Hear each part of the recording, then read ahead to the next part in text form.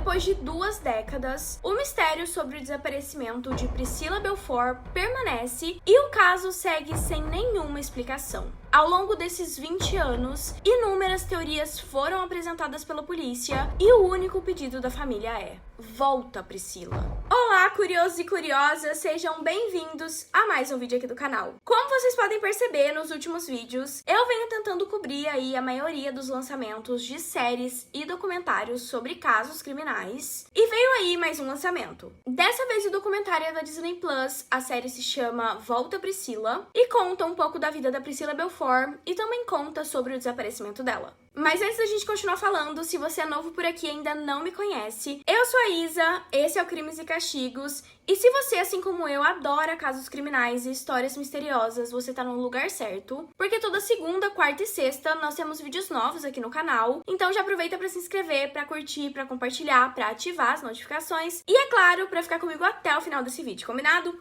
Então é isso, sem mais enrolações, bora pro caso de hoje.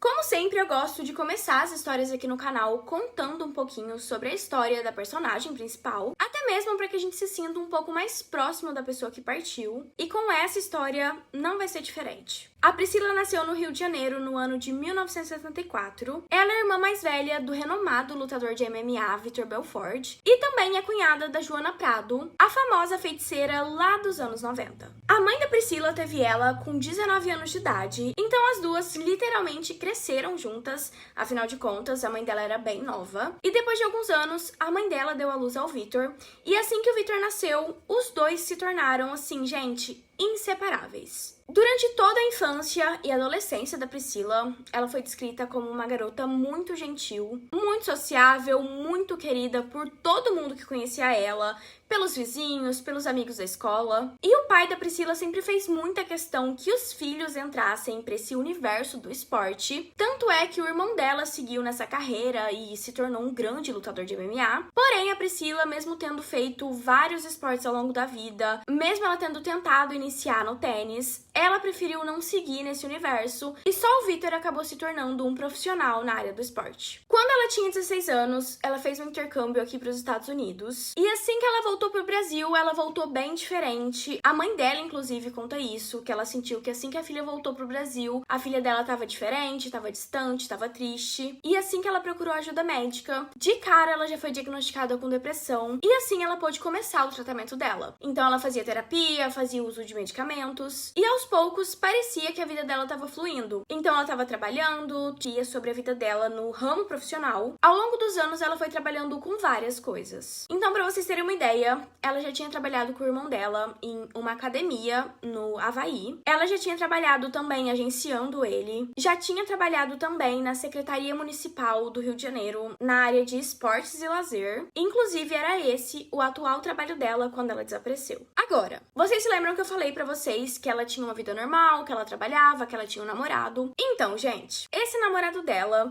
a gente não sabe muitas coisas sobre ele. Ele não aparece no documentário. E as poucas coisas que a gente sabe sobre ele é que ele vem de uma família bem importante, ele vem de uma família de políticos. E uma outra coisa que a gente também sabe é que na época do desaparecimento dela, ele teve aí algumas atitudes, digamos que um pouco suspeitas. Só que isso eu vou falar pra vocês um pouquinho mais pra frente. E apesar da depressão que a Priscila enfrentava no dia a dia dela, a vida dela parecia estar caminhando normalmente, parecia ser uma vida normal de uma garota de 29 anos na época, até o fatídico dia 9 de janeiro de 2004, quando infelizmente ela desapareceu. Mas antes da gente falar sobre o desaparecimento dela em si, eu quero falar pra vocês uma coisa muito importante nessa história. Na virada do ano 2003 pro ano 2004, a Priscila passou o Réveillon na praia do Rio de Janeiro, junto com alguns amigos, junto com o namorado, e um desses amigos era o irmão da cunhada dela, ou seja, o irmão da Joana Prado. Esse irmão da Joana Prado, ele conta, tanto pra polícia quanto no documentário, que nesse Réveillon tava todo mundo bebendo, tava todo mundo curtindo, tava todo mundo usando drogas, e o que chamou muito a atenção dele foi que naquele dia, um momento em que tava todo mundo feliz, todo mundo confraternizando, a Priscila era uma das poucas pessoas que não estava bebendo e também não estava fazendo uso de drogas. Muito provavelmente, talvez talvez porque ela fazia uso dos medicamentos e ela sabia que não podia misturar com drogas e álcool? Sim, mas o fato é que ela não fazia uso desse tipo de substância e também não bebia. E pra mim, essa é uma pontuação muito importante para as coisas que vão acontecer e também para todas as teorias sobre esse caso. Agora voltando no dia 9 de janeiro de 2004, aquele dia era uma sexta-feira, a Priscila tava bem desanimada, ela não tava afim de trabalhar, e a mãe dela fez o que qualquer mãe faria. A mãe dela foi até ela, conversou com ela, disse que era importante que ela não faltasse, que era importante que ela levantasse da cama, que ela enfrentasse de frente a depressão, e depois de muita insistência da mãe dela, a Priscila resolveu ir pro trabalho naquele dia, e a mãe dela chegou até a oferecer uma carona pra ela e ela aceitou. E vale ressaltar uma coisa aqui nesse ponto da história. O trabalho da Priscila ficava no centro da cidade do Rio de Janeiro, e naquela época, o que estava ali acontecendo bastante eram vários sequestros, e inclusive essa foi uma das teorias que a polícia utilizou na linha de investigação deles. Mas o que a gente sabe é que naquele dia, a Priscila foi pro trabalho, a mãe dela levou ela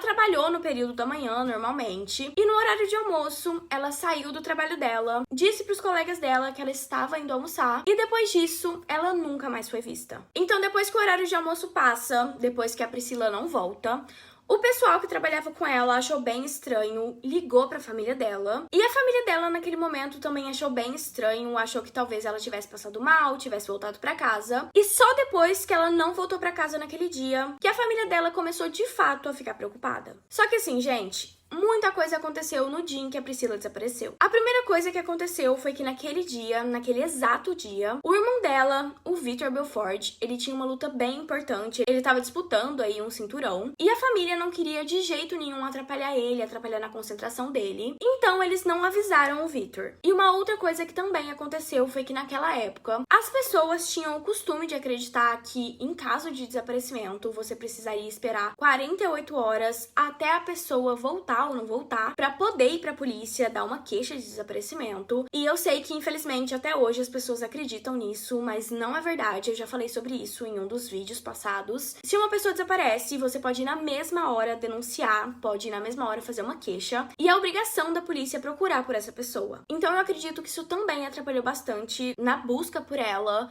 em todo esse caso. Mas então foi só depois de 2 dias, depois de 48 horas, que a família procurou a polícia e que também avisou o Vitor.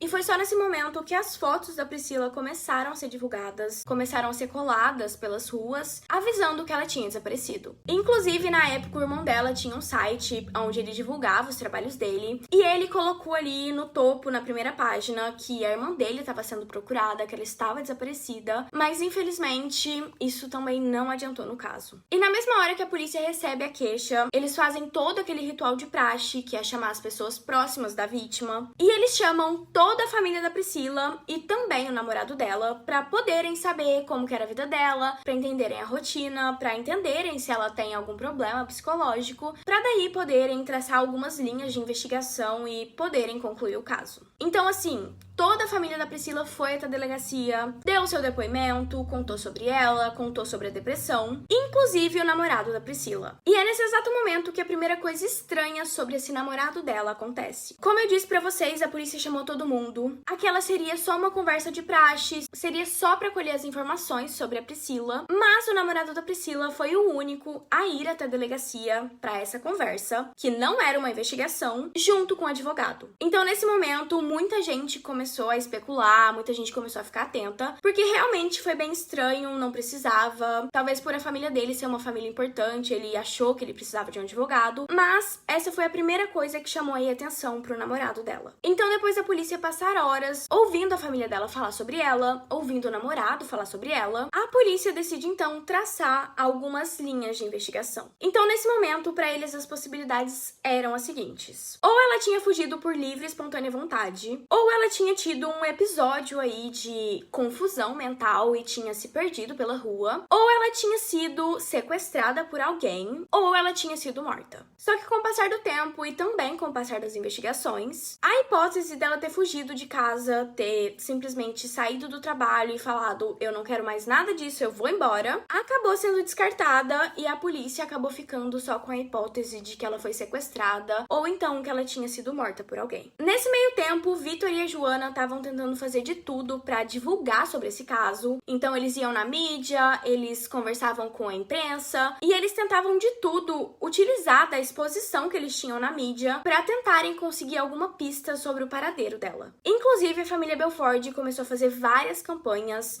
eles fizeram camisetas, eles imprimiram várias fotos, assim, em tamanhos gigantescos e espalharam pela cidade do Rio de Janeiro com cartaz de procura-se. E essas campanhas também acabaram prejudicando um pouco no caso. A gente sabe que, óbvio, não era a intenção da família, mas sim acabaram prejudicando porque a polícia começou a receber milhares de ligações com várias denúncias e eram todas denúncias falsas. E em todas as pistas que a polícia conseguiu, eles nunca chegaram em lugar nenhum. E uma outra coisa interessante sobre esse caso é que em 2007, uma mulher, ela se apresentou ao Ministério Público, ela se entregou e ela contou pra eles que ela estava sendo ameaçada porque ela tinha feito parte do grupo que tinha sequestrado a Priscila e que no dia que ela foi sequestrada, ela foi estuprada, ela foi morta, ela foi esquartejada, ela foi queimada e depois os restos mortais dela foram enterrados em um sítio. Quando a polícia fica sabendo disso, ela mobiliza, assim, um time gigantesco pra procurarem pelos restos mortais da Priscila e eles não encontram simplesmente nada. E foi só depois de toda essa operação,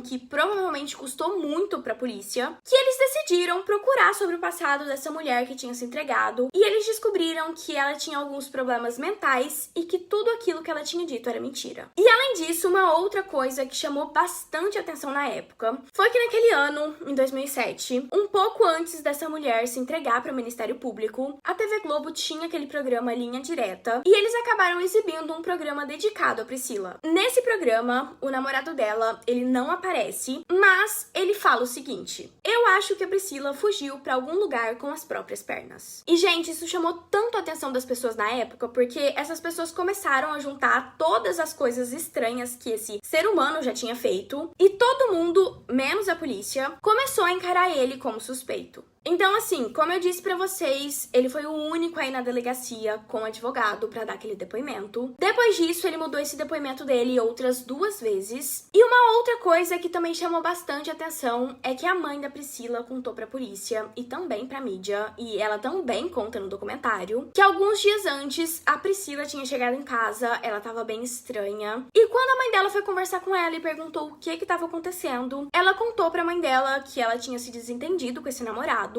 e que ela tinha decidido que ela não queria mais encontrá-lo. Além disso, no dia que ela desapareceu, o namorado dela, que tinha bastante dinheiro, era de uma família bem importante, simplesmente ligou pra casa da Priscila de um orelhão pra saber se a Priscila tinha voltado pra casa naquele dia. E pra mim, na minha opinião, o que mais me chamou a atenção em todas as coisas que esse cara estranho fez foi que poucos dias depois que a Priscila acabou desaparecendo, ele foi até a casa da família da Priscila. Ele disse que ele precisava pegar um disquete que estava no computador dela. E depois de algum tempo, as amigas da Priscila foram até a casa dela, foram mexer no computador pra verem se elas conseguiam encontrar alguma coisa. E é quando elas descobrem que o computador simplesmente não tinha nada. Então, assim, não tinha foto, não tinha vídeo, não tinha documento. Era como se ele tivesse sido restaurado a padrões de fábrica. Então, pra mim, esse fato da história é muito suspeito. E outras 2 coisas que também aconteceram em relação a esse namorado dela foi que a polícia acabou pedindo a quebra do sigilo telefônico dele. E depois de alguns dias, eles acabaram voltando atrás, eles disseram que eles não precisavam mais, que ele não era um suspeito. E também teve o fato que a polícia, ela avisou esse homem que eles fariam uma investigação na casa dele, o que geralmente não acontece, né? A gente sempre vê em filmes, a gente sempre vê em séries que a polícia, ela simplesmente bate na porta, segurando o papelzinho, falando que eles precisam fazer a busca. Então, ao meu ver, parece que eles avisaram ele para que ele tivesse um tempo pra faxinar a casa. E como na época a polícia não fez o trabalho deles direito, depois de 20 anos, ainda tem várias dúvidas que rodeiam esse caso. Como, por exemplo, será que a Priscila ainda tá viva? Será que ela foi sequestrada e depois ela acabou sendo morta porque descobriram que ela era irmã de um cara famoso, um lutador de MMA? Será que esse namorado dela, esse ser humano estranho, teve alguma coisa a ver com tudo isso? Essas e outras perguntas nunca foram respondidas, e é exatamente por isso que tem muitas teorias da conspiração nessa história. A primeira teoria, e que sinceramente pra mim não faz sentido nenhum, é que a Priscila fazia uso de substâncias ilícitas e que ela acabou tendo alguns problemas com as pessoas que forneciam essas substâncias a ela, muito provavelmente por conta de dívidas, e por isso ela acabou sendo riscada do mapa por essas pessoas. Bom, pra mim isso não faz sentido nenhum, porque a Priscila ela fazia o uso de medicamento controlado, ela não bebia, assim como o irmão da cunhada dela falou. E pra mim isso não faz sentido nenhum, ninguém nunca falou sobre ela usar drogas, ninguém nunca viu essa menina mexendo com nada. Então assim, essa teoria pra mim,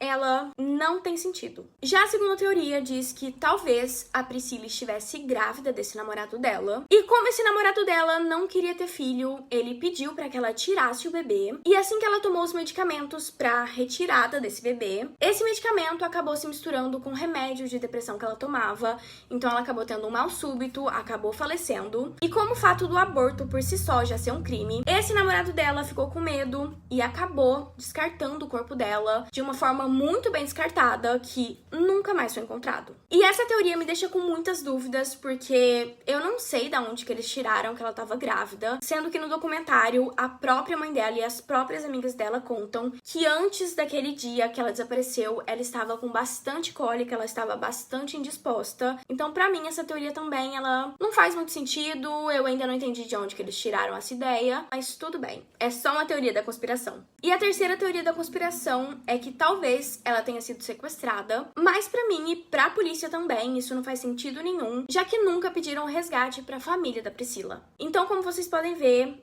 depois de 20 anos, ainda tem muitas teorias ao redor desse caso, ainda tem muita gente se questionando. O irmão dela, o Vitor, ele continua, assim, gente, frequentemente postando coisas sobre a Priscila, pedindo para que as pessoas avisem ele de alguma coisa, pedindo informações sobre o possível paradeiro dela. E provavelmente ele vai fazer isso pro resto da vida dele, porque, gente, é nítido o amor que ele sentia por essa irmã e o tanto que ele sente a falta dela. Os pais dela e dele também nunca desistiram sobre o caso, nunca desistiram da Priscila. Hoje em dia eles são bem mais velhos e provavelmente eles ainda devem sentir a mesma dor que eles sentiram no dia em que a Priscila desapareceu. E é isso, gente. Esse é o caso da Priscila Belford. Se vocês quiserem assistir o documentário dela na Disney Plus, eu super recomendo, tá muito bom. No documentário vocês vão ver várias fotos inéditas, vários vídeos inéditos, e eu super recomendo pra vocês. Mas e aí, me conta, qual a sua opinião sobre esse caso? Qual teoria você acha que faz mais sentido?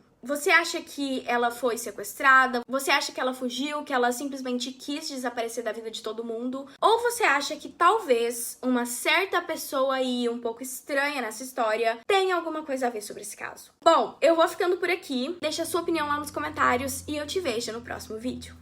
Fui!